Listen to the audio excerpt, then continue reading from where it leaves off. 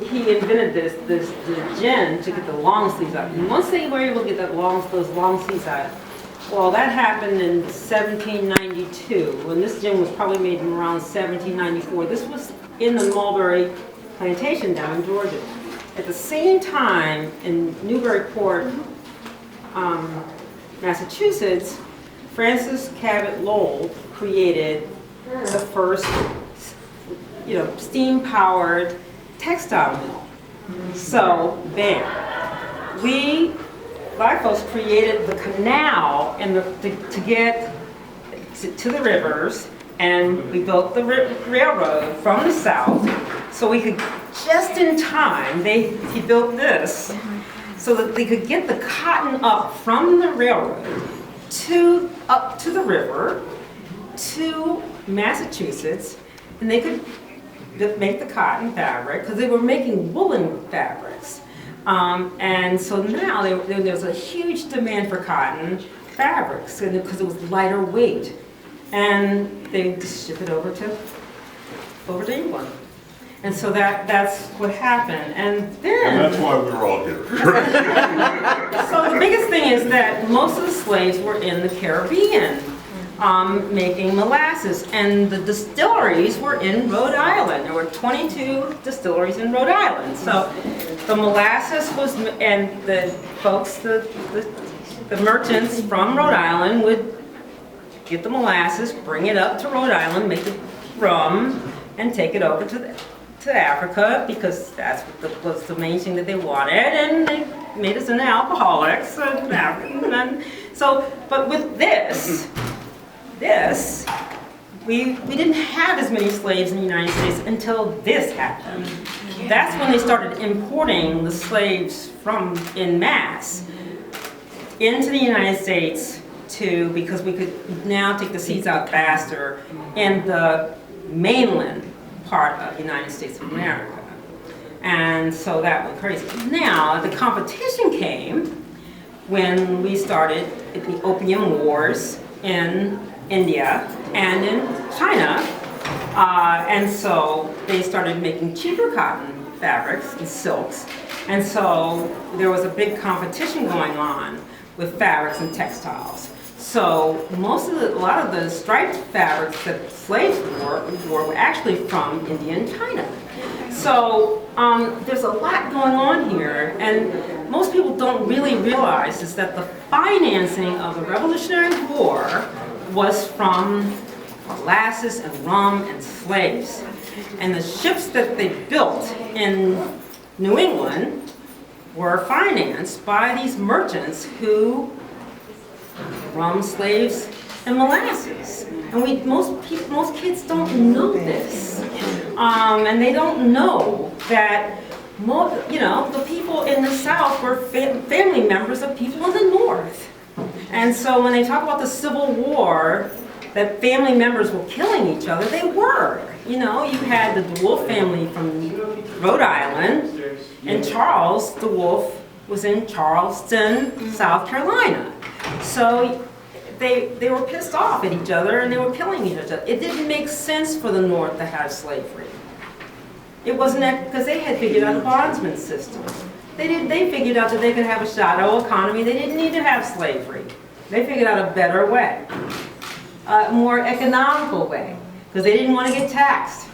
They would put the slaves in the workhouses and farmhouses, and they would put them over there. So they figured out a way that they didn't have to take care of the slaves. They had their little selectmen, and they would pay in there, and they would pay, it was like wealth. They had their own they would pay the little workhouses and the poorhouses. They owned the people in the workhouses and the poorhouses. They went off and did the work for them, and they got the salary that they earned. So the people that they owned, the bondsmen and women that they owned, made the ships, dug the canals, got the lumber, and the people, the merchants, were paid their salaries. So why do they need slavery? They didn't need slavery. So who cares? So the only people that ended up needing slavery were the people who needed these people to churn this cotton out. So that is why the North really didn't need slavery. You understand? It's very simple. But no one ever really explains it to us that way because they just really don't want us to know. And they get off on the cheap by trying to always have us slaves in the field of cotton in the South. It's easy because they don't really want to make us connect the North with the South. Because it's just easy to just sort of tag it to the South.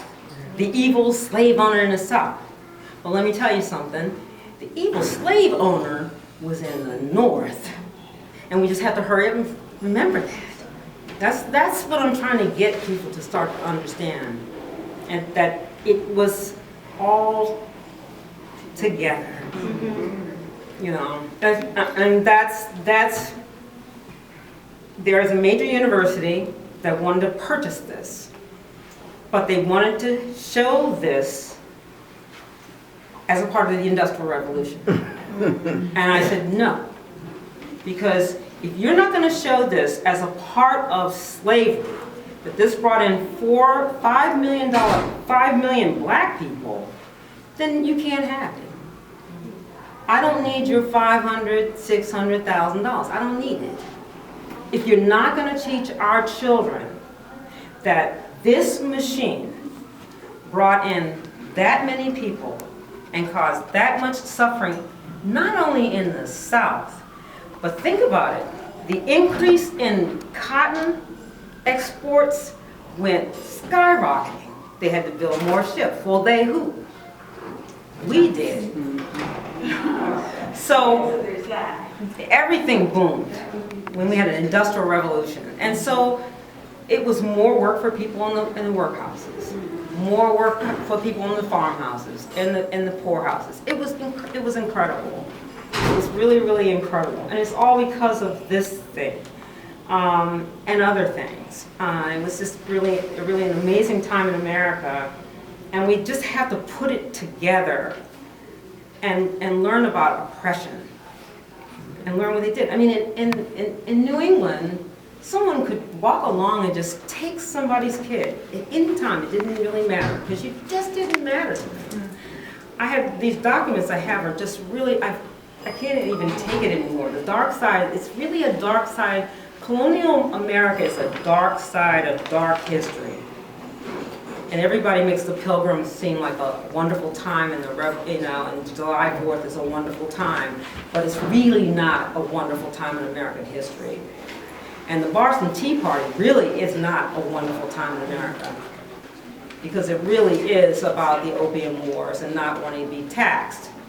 Okay, so so it's not a party. And so it's hard. We have some teachers out there looking at me, but it's something that we're going to have to deal with. And you're the younger generation, and you guys are teaching this stuff, but it's something that we really are going to have to deal with.